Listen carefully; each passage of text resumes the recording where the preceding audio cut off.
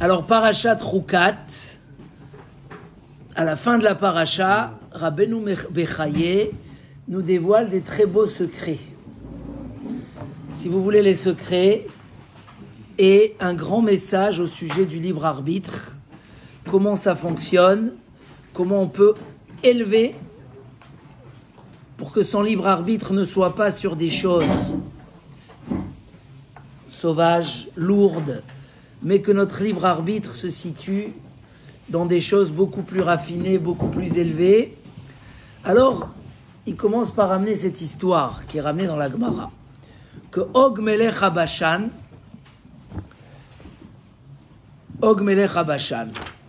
on a à la fin de cette paracha, on parle de deux géants qui ont vécu 400 ans ou plus jusqu'à Moshe Rabbeinu. Ils sont depuis l'époque du déluge. Qu'est-ce que je dis? Beaucoup plus que ça. Ils étaient à l'époque du déluge. Og, on dit même qu'il était dans l'arche de Noé. Et il faisait, ils lui ont fait un trou pour qu'il sorte parce qu'il était tellement grand. Comme ça, il y a des midrashim. Et Sichon, d'où il sort? On verra, Rabbeinu Bechaye, il nous dit d'où il sort ce Sichon. Et eux, c'était les portails d'Israël. C'était eux les gardiens de la terre d'Israël pour pas que les Bnei Israël conquillent la terre d'Israël. Les deux géants. Et Moshe Rabbeinu va tuer les deux géants. Sauf qu'il a eu peur de Og. Et tout de suite, nos sages ont posé la question, Rabbeinu Bechaye surtout, comment Moshe Rabbeinu il a peur d'un homme qui soit géant comme il est? Dans la Torah, c'est interdit d'avoir peur. Akadosh Baruch Hu, il est au-delà de tout. C'est assourd. Quand on allait à la guerre, il y avait une mitzvah, l'otira mehem. On ne doit pas avoir peur. Si Hachem est avec nous, on ne doit pas avoir peur.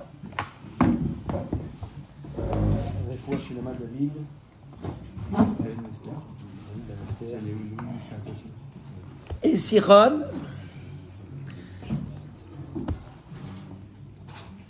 et la Gemara nous raconte l'histoire que Og Melech HaBashan ne voulait pas, Og Melech HaBashan ne voulait pas que les Bnei Israël y rentrent en Eretz Israël. Donc qu'est-ce qu'il a fait?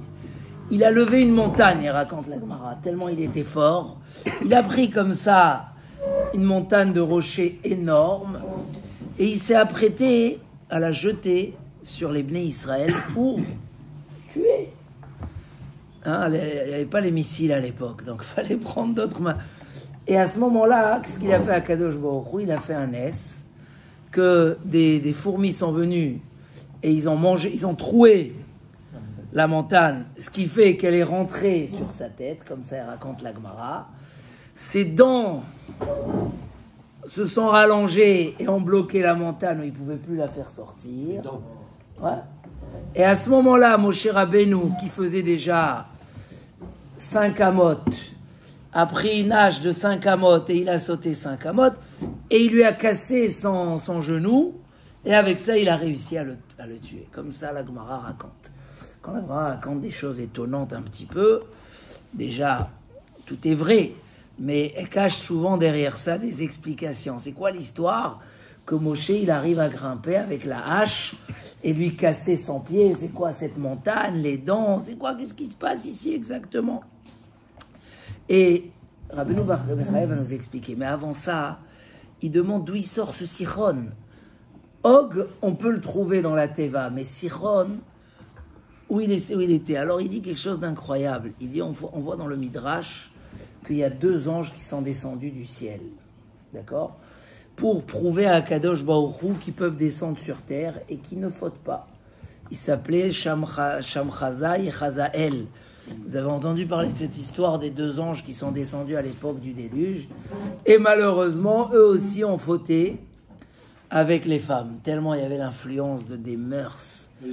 Les anges. Et ces deux sont sortis, ces géants-là, et ils sont restés pendant des années suspendus entre le ciel et la terre, ces anges, parce qu'ils ont fauté.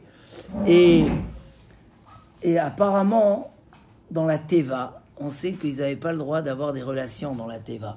Ils devaient se séparer de leurs femmes puisque le monde était en danger et en tristesse. Il y a le chien, Cham et le corbeau qui ont fauté dans la Teva, qui ont transgressé cet accord. Et Cham, il est parti avec sa femme. Et il dit Rabbeinu qu'en fait, la femme de Cham, elle a trompé son mari avec les anges. Et de là va naître Sichon. De là va naître Sichon après le Maboul. Et Cham, pour pas qu'on dise que sa femme, elle a trompé, qu'est-ce qu'il a fait? Alors, il est parti avec sa femme pendant la Teva, pour cacher un peu l'histoire. C'est d'où il peut sortir ses secrets, Rabbeinu Bechaye, c'est incroyable. Mais en tout cas, oui, apparemment, même si on ne l'a pas trouvé dans l'arche, il est né. Et nos Chachamim disent que Sichon et Og, c'était les deux les plus puissants. Alors, la Torah va nous expliquer à la fin de la paracha de Chukat que normalement, on n'a pas le droit de faire la guerre avec ce pays-là où se trouvait Sichon. Mais puisque ce pays a été conquis par le peuple de Ammon, non, Ammon et Moab, on n'a pas le droit. Il a été conquis, donc il a été purifié. Et donc on pouvait faire la guerre avec ce Sichon. Et Moshe Rabbeinu n'a pas eu peur de Sichon, il a fait la guerre, il a conquis. Mais avec Og Melech HaBashan, il a eu peur. Et Hachem, il lui a dit « Al tira auto, n'aie pas peur ». Et tout le monde pose la question, pourquoi Moshe il a eu peur? T'entends, Raphaël? Et si les deux avaient la même force, pourquoi il a eu peur de l'un et il n'a pas eu peur de l'autre? Apparemment, c'était des frères et ils avaient la même force. Pourquoi il a eu peur d'eux? Et là, le Midrash, il vient, il nous dit « Peur ». Moshe Rabbeinu, il a eu peur du mérite que Og Melech HaBashan, il avait. C'était quoi le mérite qu'il avait? Qu'il est parti dévoiler à Abraham que l'autre, son neveu, a été pris en otage, puisqu'il était très grand. Il voyait tout ce qui se passait, comme si qu'il était une tour Eiffel. Alors, il a vu qu'ils ont pris Lot, et donc il est parti chez Abraham. Et il n'avait pas des très bonnes intentions. Il n'a pas de bonnes intentions, il voulait qu'Abraham meure là-bas. Il voulait qu'Abraham y meure, et comme ça, il va prendre Sarah, qui était une des plus belles femmes du monde, ou la plus belle femme du monde. Donc, malgré tout, puisqu'il a fait une mitzvah, et Akadosh Baruch Hu récompense chaque mitzvah, même dans ces conditions-là. Donc, son zrout a fait qu'il a vécu autant du temps. Pourquoi Sichon aussi il a vécu autant? Ça, le Rabbeinu Bechaye, il nous dit, c'est les secrets d'Hachem. Il avait des bonnes raisons. Mais là, il avait peur du mérite de Og Melech HaBashan. Akadosh Baruch Hu lui a dit, Al tira auto, n'aie pas peur. Pourquoi n'aie pas peur? Alors, il dit que c'est ça l'histoire de la hache de Moshe Rabbeinu. Moshe Rabbeinu, avec sa Torah, avec sa grandeur et avec sa force, il a réussi à annuler le mérite de Og Melech HaBashan, d'accord, en tapant sur son pied, parce que le pied, c'était sa mitzvah de Og Melech HaBashan. C'est qu'il a marché pour faire une mitzvah.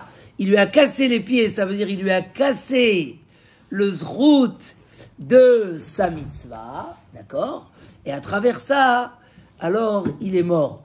Et la montagne qu'il voulait jeter sur les Bnei Israël, c'était le symbole du mal, du Yetzer Hara. Parce que nos Chachamim comparent le Yetzer Hara à du fer, à de la pierre. Si tu as rencontré un jour cet abominable-là, le Yetzer Hara, Menou Valzé, Moshreu le Bet Midrash. Ça va? Moshreu le Bet Midrash, Amène-le au Bet Midrash. S'il est de la pierre, il explose. S'il est du fer, il fond.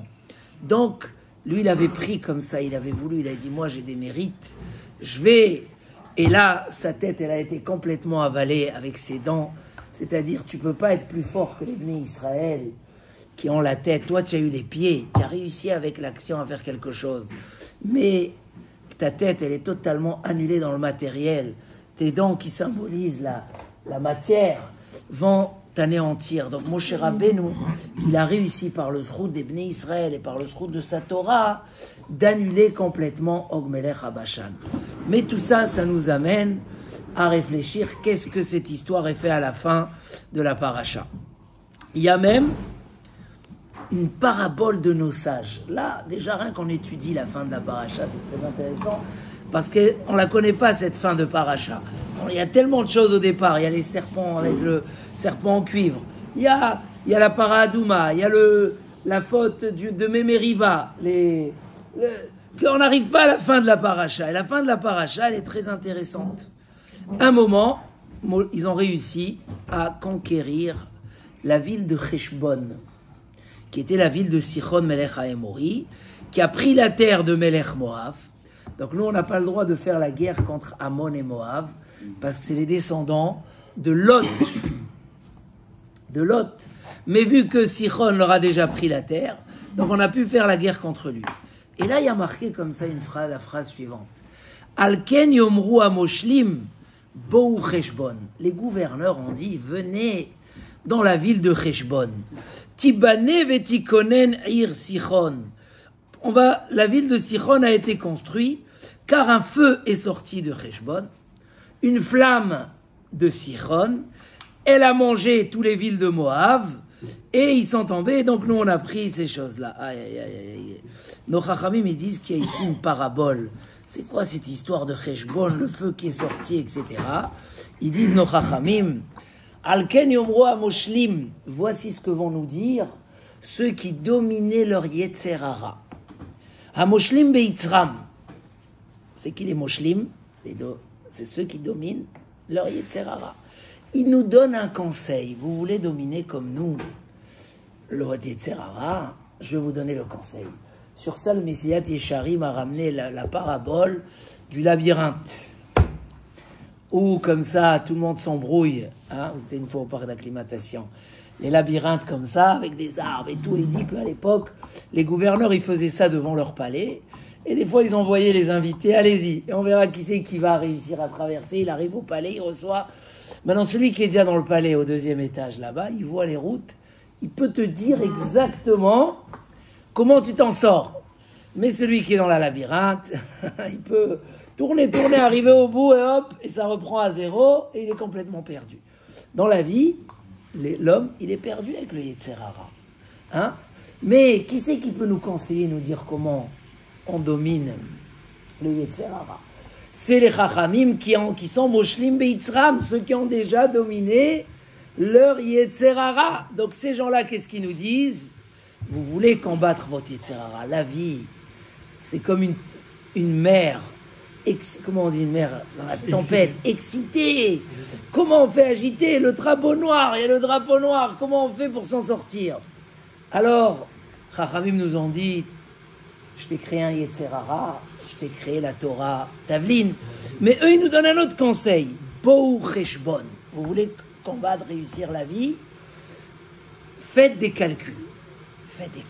Réfléchissez. Bou Heshbon, c'est le Heshbon à Nefesh. La hitbodedut avec soi-même pour analyser. Bou Heshbon, faites le calcul du monde et de la vie. Hefsed mitzvah keneged schara. Habituez-vous à analyser. Tu gagnes d'une avera, regarde quelle récompense tu as perdu à la place. Tu as perdu une mitzvah, regarde ce que tu as perdu par derrière. Imatao seken, si tu fais comme ça, Tibane vetikonen air Sichon. La ville de Sichon, elle va être construite. C'est quoi la parabole? Tibane baolamazé vetikonen laolamaba. Tu vas être construit dans ce monde-là. Et tu vas être éternel dans le monde futur.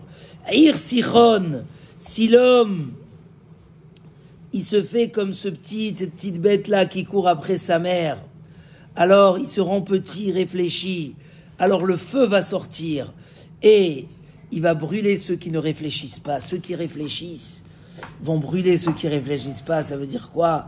Ça veut dire vont être tellement supérieurs par rapport à ceux qui veulent profiter de la vie, mais qui n'ont pas pris ce conseil-là de réfléchir, comme il dit le Ramchal à la fin du Derech Hashem. Il dit des choses extraordinaires. Il dit, il y a un conseil qui peut nous donner des réussites énormes, des fruits énormes, des machins. Il est très simple. C'est que chacun, il a un petit moment dans sa journée où il réfléchit, il fait des analyses. Je profite suffisamment de mon temps ou je perds mon temps? Est-ce que je peux faire mieux ou je peux pas faire bien? Est-ce que j'ai bien fait de rater Shacharit ou j'ai bien fait d'aller? Est-ce que le fait que j'ai eu mal au dos, j'aurais dû quand même aller ou j'aurais pas dû quand même aller? Est-ce que ça m'a donné plus de mérite ou moins de mérite? tous ces calculs, si un homme y réfléchit, il peut arriver très haut. Il construit son monde, son mérite dans ce monde-là et dans le monde futur. Ça veut dire qu'avec cette réflexion-là qu'un homme peut avoir, il peut équilibrer entre le matériel et le spirituel, entre son corps et son âme, entre son etc. Le fait de réfléchir. Donc ceux qui ont fini la labyrinthe, qu'est-ce qu'ils nous disent? Réfléchissez. Peut-être que c'est marqué comme ça à la fin de cette histoire de Og Melech HaBashan pour te dire, regarde, un rachat que toute sa vie, il méritait rien, il a vécu tellement d'années, même Moshe Rabbeinu, il a eu peur de lui. Pourquoi? Parce qu'il a fait une mitzvah. Quoi, une mitzvah? Ça donne tellement. Je vais rater une mitzvah parce que je dois gagner un peu d'argent, ou parce que je suis un peu fatigué, ou parce que... Mais jamais de la vie je vais rater. Si tu réfléchis, tu fais ces calculs, tu ne veux pas rater. Je vais faire une avéra. Qu'est-ce que je vais perdre par derrière? Mais je suis un malade. Je vais perdre. Je gagne 1 euro, mais derrière ça, je perds 100 000. Mais ça va pas. Je ne vais pas faire un calcul comme ça. Ça, c'est le cheshbon. On l'a mis dans le sujet pour dire... Moshe Rabbeinu, finalement, s'est retrouvé face à un mérite de mitzvah qui se paye dans ce monde-là. Il a eu peur. Peut-être que ça va tenir. Alors, il a dû amener quelque chose de plus lourd. Qu'est-ce qu'il a pu amener, Moshe Rabbeinu, de plus lourd? Il a ramené le Klal Israël, où le Klal Israël ne font pas les mitzvot par intérêt, mais ils les font béhémet, par profondeur. Et il nous a dit, regarde, dans cette histoire-là, des rois tellement forts, tu peux être plus fort que les plus forts. Comment tu peux être plus fort? Comment tu peux brûler? Comment tu peux combattre le Yetzirah? Comment tu peux casser? Comment tu peux annuler la pierre énorme qui est levée par le Yetzirah pour t'avaler? Alors nous dit Rav Dessler que le libre arbitre de l'homme se situe pas par un choix comme ça qui vient instantané, je fais pas, etc. Il vient par beaucoup de choses qui ont construit. C'est comme quand une guerre se passe entre deux pays. Les gens, ils croient que la guerre, elle se passe dans le front, qui c'est qui va tirer le RPG, etc. Non. La force, elle s'est construite pendant des années. Et pour quelqu'un, la guerre, elle est là. 2 personnes qui se disputent, c'est une peu... Et pour des gens, la guerre, elle est beaucoup plus élevée parce qu'ils se sont construits pendant des années. La même chose, la personne, il y a celui que sa guerre, elle est dans est-ce que être chômer Shabbat ou pas. Pour lui, ne pas fumer Shabbat, c'est des montagnes à traverser. C'est comment les Brestres, les Vrestres. Les Vrestres, il faut grimper. Et pour l'autre, c'est gagner d'avance. C'est quoi la différence?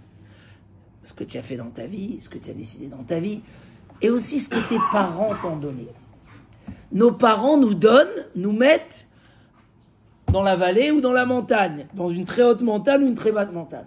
Ça veut dire qu'à partir de là, combien qu'un homme il s'élève, alors le libre arbitre il va être, est-ce que parler la shonara ou pas, est-ce qu'aller à la tfila ou pas, combien qu'on va s'élever, pour quelqu'un le libre arbitre ça va être, est-ce que j'ai fait ma tfila suffisamment bekavana ou je ne l'ai pas fait suffisamment bekavana?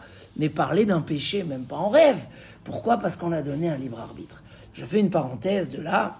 Après, on verra quel est notre libre arbitre après ce que nos parents nous ont donné. Mais puisqu'aujourd'hui, c'est le Yortzeit de ma mère, Zichrona Libracha, qui est décédée assez jeune, 52 ans. Mais bon, Hachem, elle a eu 12 enfants. Et beaucoup de petits-enfants dans la Torah, tous dans les mitzvot. Et elle a donné à ses enfants un très grand, le libre arbitre, elle a mis très haut. Nous, on se réveillait le matin avec une mère qui faisait cette fila depuis les korbanot jusqu'à Alenu les Shabeach Avot, comme ça tous les jours. Elle aimait la tfila, jamais elle ratait une fila, ça n'existe pas. Et elle aimait la voix de la Torah, je me rappelle, on avait un voisin là-haut qui chantait le Daf Hayomi tous les soirs. Il le chantait à voix haute. Et nous, on allait dormir avec cette voix. Et je me rappelle combien, Zichrona Livracha, oula, elle aurait jamais déménagé de cet appartement. Il a fait ça à Lia un jour, mais jamais elle aurait déménagé. Quand ils avaient acheté à Armentières, donc, toutes les familles habitaient dans un château sans eau, des toilettes comment c'était, hein, ça fait quelques années après la Shoah, hein, et un jour, ils ont construit, et donc, ils leur ont donné un très bel appartement, et elle avait de la peine de déménager. Elle disait, Dans le château, on était sur le Beth Midrash et on écoutait toute la veillée de Shavuot et restait réveillé. Elle étudiait des livres de Moussar, les Tfila, beaucoup de livres de Moussar et donnait beaucoup de shiurim. Et elle avait dit, la voix de la Torah, comment maintenant je vais plus écouter cette voix extraordinaire de la veillée, des gens qui étudient toute la nuit. Donc, une transmission, toujours le Hémet, toujours la Torah. La transmission est très importante. Surtout que les enfants ne se réveillent pas avec des chants pas cachers ou avec une télé Khalila ou des trucs, des bêtises comme ça. La mère, elle doit réveiller ses enfants avec la tfila le matin. C'est comme ça, elle lit la tfila, elle les réveille avec la tfila le matin. Ça, c'est magnifique. Al-Kol Panim, je reviens à notre sujet. Dire Rav Dessler, le libre arbitre que tes parents t'ont donné, c'est un cadeau. Après, à toi de grimper la montagne. Le plus grand mérite, c'est ce que toi, tu vas choisir. Hein, tu vas aller au-delà. Mais dans tous les cas, tu as eu cette chance où tu as eu le libre arbitre. Chacun dans sa vie, il évolue et il construit Tibane, Vetikonen, Irsichon. Au début de la paracha, on va parler de Zot Torah Adam Kiyamut Ba'ohel. La Torah, ça s'accomplit, elle existe, elle est construite chez celui qui meurt dans l'attente de la Torah. C'est-à-dire quoi? Il se fait mourir, pas dans le sens mourir. Il annule tout quand il est au Beth Midrash. Je leur ai raconté cette semaine de celui il invitait des gens et il les laissait pas manger tellement il leur posait des questions parce qu'il voulait pas la consommation. Et un jour quelqu'un, il a dit ce que je vais faire. Alors quand il est venu, l'autre il dit alors dans ta ville comment il va ton père? Il est mort. Comment il va ça? Il est mort. Et le magasin là-bas il a fermé. Et celui-là il est mort. Dis-moi, ils sont tous morts chez toi dans ta ville. Dis-moi, quand je mange, tout le monde est mort. Ne me pose pas de question. Ça veut dire s'annuler dans la Torah. Quand je dois aller au Beth Knesset, il n'y a pas ni business, il n'y a rien. Quand j'ai ma kviout de limoud, il n'y a rien. Voilà. La paracha, pourquoi on parle de ça? Pour dire, quand on parlait de l'impureté du mort et de la para Adouma, on disait à un homme, mais tu sais, c'est quoi la vie éternelle? C'est d'être dans l'attente de la Torah, d'être dans les baté Knessiot et les baté Midrashot. Bilam, il a voulu annuler, il n'a pas pu annuler l'attachement, se mettre des valeurs, être en haut de la montagne dans son libre arbitre et pas en bas de la montagne, savoir ce cheshbon hanefesh, tout le temps être en train de réfléchir. Est-ce que je suis dans les valeurs? Est-ce que je ne perds pas des mitzvot? Voilà, parce qu'au final, ce calcul-là nous donne énormément. Si pour une mitzvah, il a vécu tellement d'années, si pour une mitzvah, Moshe a eu peur de lui, combien chaque mitzvah, elle est énorme, et s'habituer à le calculer. Ça, c'est, se donner les vraies valeurs de la vie. Sinon, un homme, il peut perdre. Il y a des gens qui gagnent dans leur vie des millions, et ils perdent tout, parce qu'ils ne connaissent pas la valeur. Ils vont jouer, ils vont perdre. Ils vont se faire des plaisirs énormes, ils vont perdre. Le jour où ils ont besoin, ils n'ont plus rien. Si ça existe au niveau du matériel, combien ça existe au niveau du spirituel? Donc cette paracha, Mamash, nous apprend de toujours voir la perte et la réussite. Tu vois le mort, regarde comment on peut vivre éternellement. Zot Torah, tu veux mériter la Torah, donne tout pour la Torah. Le serpent, il t'a piqué parce que tu étais ingrat, parce que tu as parlé du Lachon Hara, parce que tu vas voir, lève les yeux vers le ciel, mais regarde le serpent face au ciel. On leur a pas demandé de lever un drapeau avec un Sefer Torah. On leur a demandé de quoi? De lever un serpent. Que quand tu lèves les yeux vers le ciel, tu fasses la différence. La différence entre quand Moshe il parle au rocher ou il tape au rocher. Emet ve'emuna. Il y a la vérité, mais il y a la emuna. La différence entre les deux, c'est énorme. Moshe ne peut pas rentrer en Eretz Israël. Vous voulez traverser le peuple de Ammon? Pourquoi vous voulez le traverser? Vous avez perdu Aaron à Cohen à cause de ça. Il ne faut pas rentrer, vous traverser, vous allez voir des mauvaises choses. Contourner, la Gemara a dit, si tu as une route où il y a des femmes mal habillées, et une route où Tzniout, et tu prends la mauvaise route, tu t'appelles Racha. Pourquoi tu n'as pas fait ce détour? Les Bnei Israël ne voulaient pas faire le détour. À cause de ça, ils ont perdu Aaron à Cohen et ils ont failli avoir une guerre. Toujours dans la vie, savoir avoir son libre arbitre. Ne pas être un aveugle qui reste dans la labyrinthe toute sa vie. Il y avait l'histoire de Monsieur Lancard. Vous connaissez l'histoire de Monsieur Lancard? Elle est magnifique, cette histoire. Je termine avec ça, l'histoire du rond-point. Ce Tunisien qui est parti dans un mariage avec $600 dans sa poche pour donner au khatan. Mais il en a accueilli avec tellement de boucha. Il a bu. Il s'est saoulé, il a oublié de donner au machin. Mais quand il sort, Il conduit comme un soulard. Et là, la police, elle arrête. Elle lui donne le test. Waouh. Ils veulent lui enlever son permis. Il leur dit, s'il vous plaît, fait sortir $200. Laissez-moi tranquille. Alors, ils prennent les $200, ils le laissent aller. Il continue encore un peu. Il roule. Une deuxième fois, il se fait arrêter. Nous, allez, laissez-moi, prenez $200. Il roule. Encore une troisième fois, il dit waouh. Il leur dit, s'il vous plaît, dites à vos copains, il me reste que $200, laissez-moi tranquille. Il lui ont dit, il n'y a pas de problème, prends la route tout droit. Si tu continues à tourner le rond-point, on va te arrêter une quatrième fois. Ça veut dire que dans la vie, des fois, un homme, il réfléchit pas, il tourne, il perd son temps, Nous, on est là pour monter en haut de la montagne, pour construire nos mérites. Tibane vetikonen eir Sichon. On construit la ville de Sichon. Alors, Bezrat Hashem, qu'on construit nos mérites, notre richesse, notre libre arbitre, qu'on arrive très très haut. Et c'est ça notre grandeur et notre richesse et notre hatzlacha.